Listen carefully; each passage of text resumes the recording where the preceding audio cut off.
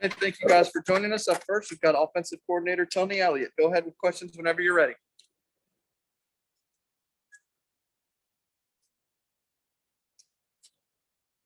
Questions for Tony Elliott.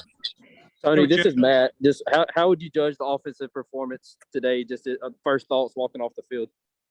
Really, really proud of our guys because, we prepared for who we thought they were going to be, and they came out in a structure that was completely different than what we've seen. And really only seen them do that one other time, and that was last year versus UCF. So I thought the guys did a good job of settling in, especially in the second half, and doing what they needed to do because structurally they weren't going to give us the big play. They were going to make us be patient. So proud that they found a way, to win the game, to do what was necessary. But we just still leaving too many points on the, too many points on the field. You look at the situation, it felt kind of like we were playing an option team just from a number of possessions. We had 8 possessions outside the last one there coming off the goal line. And we put together some good drives. We just didn't finish, and 2 times in the red zone, we had a fumble and we got stopped on fourth down. So, proud of the fact that we were solid on third down for the most part, and it could have been even better. No sacks. So there's some positives to build off of. But also there's going to be some things that we can learn and grow from. Hey Tony, it's David Hood.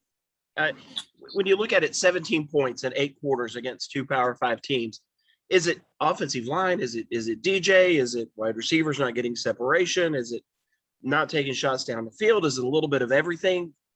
I think the turnovers and then just critical mistakes and not coming up with plays.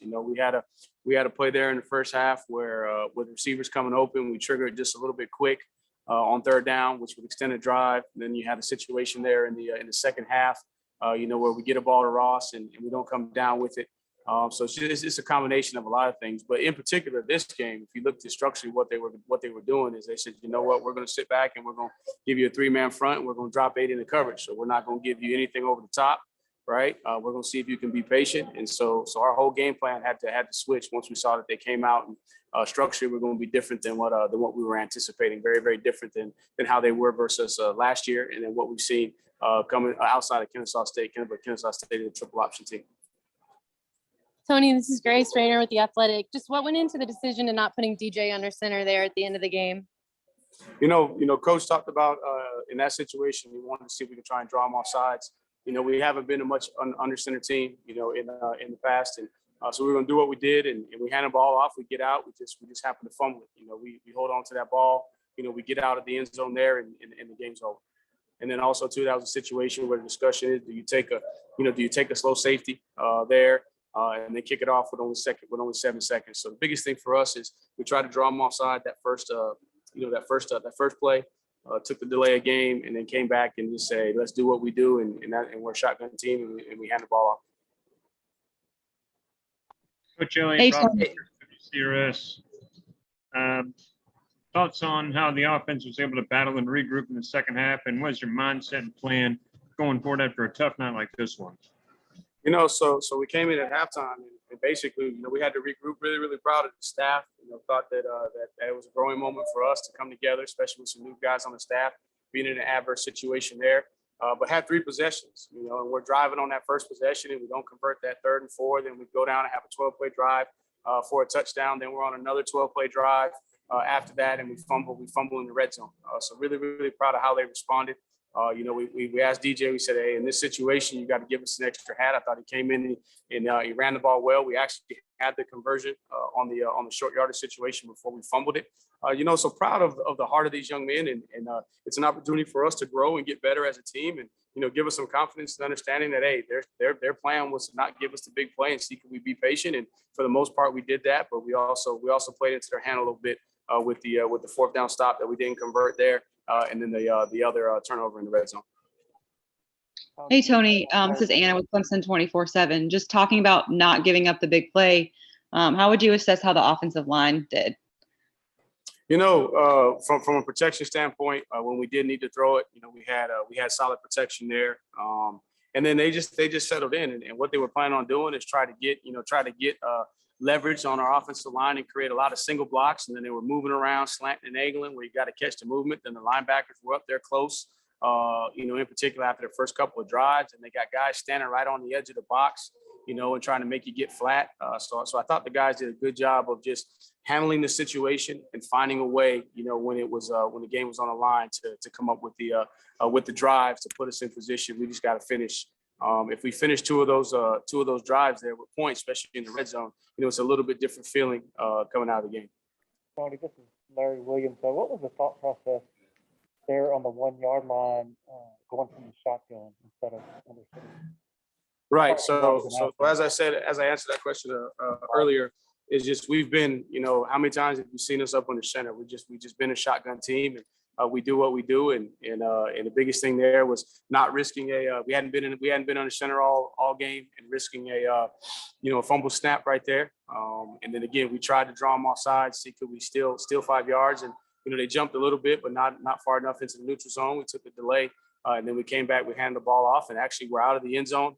Just young backs going to grow from that situation. We don't secure it. We fumble it back into the end zone, and it results in a safety. So biggest thing is, we've been a shotgun team. That's what we do. And that'll be something that we'll have to assess going forward as well. A learning opportunity for us as a staff. Hey, Tony, twofold. All right, Go ahead.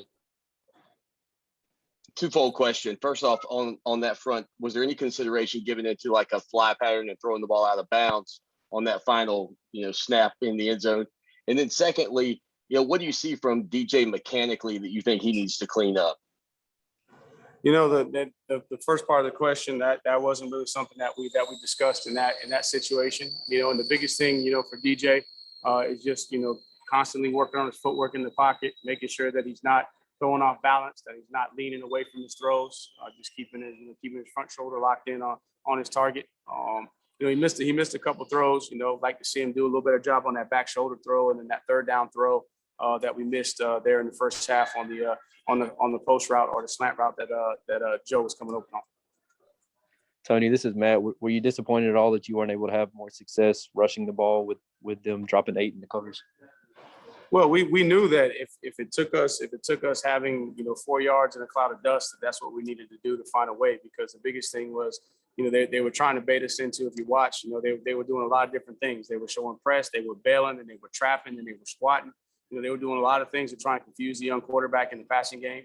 Again, they probably half the game, if not more. They were dropping 8 guys into coverage, and then again they were moving that front. So that you couldn't really hat them up like the way you wanted to, and then they were peeling you off any double teams. So obviously you'd love to come out of that game, and have a ton of yards rushing the football. But at the same time too, we said coming out of the half, so let's be effective. But if it's 4 yards in a cloud of dust, let's try to figure out how we can target these guys, hat them up, and just keep moving the chains. And proud of the way the guys bought into that coming out of the second half. And they found a way to score enough points. But also, too, it's a great learning opportunity that when we get into the red zone, we got to be able to put points on the board. Tony, any thought of just even with the covers that they were playing, just trying to take a shot downfield and seeing if some of the guys could win some of those matchups, going up and making a play, even if they were dropping 8 in the coverage? Right, and we took a couple shots down the field, but at the same time too, then we're just trying to stay efficient and effective and ahead of the change too. So you take a shot, maybe you get a PI, maybe you convert a play, but then also too, man, they were squatting hard, changing some of your coverage reads, at the line of scrimmage. So it was a lot of cat and mouse. Hats off to Georgia Tech. They had a good plan. They stuck with their plan. Caught us, I wouldn't say caught us off guard, but it was definitely different than what we were expecting going into the game plan. It was a totally different structure, and it took us a little while to get adjusted. And then once we finally settled in on, with the delay and everything, when we settled in on what the plan was going forward, we stuck with the plan, and it ended up, providing a situation where we could score just enough more points than that. Hey, Tony, it's David. It looked like after you started running DJ a little bit there in the third quarter, he started to get comfortable. Do you wish you'd maybe called some more designed runs a little earlier for him? And is he making the right read on the RPO? Because it looked like a couple times in the first half, he maybe should have just pulled it and run a little bit. The RPO game was tough too, because just structurally, they were running some trap coverage, which fools you because they're giving you some possible looks where you could pull it and think you got to throw, and the next thing you know, the corner's in between the receiver. And so now some of your outlet screens are not there. And again, biggest thing is we had five possessions in the first half. The first two, man, we're moving the ball. Played field position on the first one, then we scored a touchdown, then we come back and didn't do anything on that 3 and out. And so, probably could have got to the quarterback run maybe a little bit earlier. But the biggest thing for us was just, okay, let's see if they're going to stick with this structure before we change everything. And then once we had an opportunity to get together as a staff and discuss it and figure out what the best plan forward was, that's when we decided, hey, we're going to have to run the football to win this game. And, it's all hands on deck. Tony, this is Grace again with The Athletic. Has Will Shipley done enough to win this job at this point? That'll be something that we go back and we assess. Proud of him. I thought he ran physical, ran hard. I know he's going to want that one play back there coming off the goal line where he fumbled the ball, but he continues to run hard and show that, man, he needs to be in consideration. And we'll evaluate that as a staff, have our discussion in our personnel meeting on Sunday, and then move forward and allow CJ to kind of manage that room. Tony, where do you feel like this offense is right now, just from a confidence standpoint? Do you feel like it's still there, still lacking, needs to be improved? I'm hoping that the guys draw a lot of confidence from this game. It was a situation that they hadn't been in before, man. They were really challenged. There was a lot of adversity, and they found a way to overcome, the adversity. I think that you can learn from this game that, hey, they challenged us to be able to run the ball to try and find a way to win. And, we were able to take what was there and put together a plan to give us a chance to be successful. I think that the guys, man, they got a great chemistry. Still some spots where we got to do better, and that's at all positions. And so I think these guys have the confidence to know that, hey, we need to go back to work, and we're going to own, all the things that we need to correct. And all we're going to do is put our head down. We're going to block out all the noise, and we're going to focus on what we can control and try and get better and figure out how to go 1-0 next week. Take one more for Coach Elliott. On that shovel pass, the fourth down shovel pass that was kind of there in the first half, it looked like maybe that was on the offensive line, a couple of the guards. We stop penetration. It was a stalemate by the tight end there on the edge, and we needed the guard that was pulling around to wrap a little bit tighter. He wraps a little bit tighter, then he's gonna find that scraping backer, and then Shipley's gonna be able to make him right with the cut. All right, thank you, Coach Elliott. All right. Thank you. All right, Ship.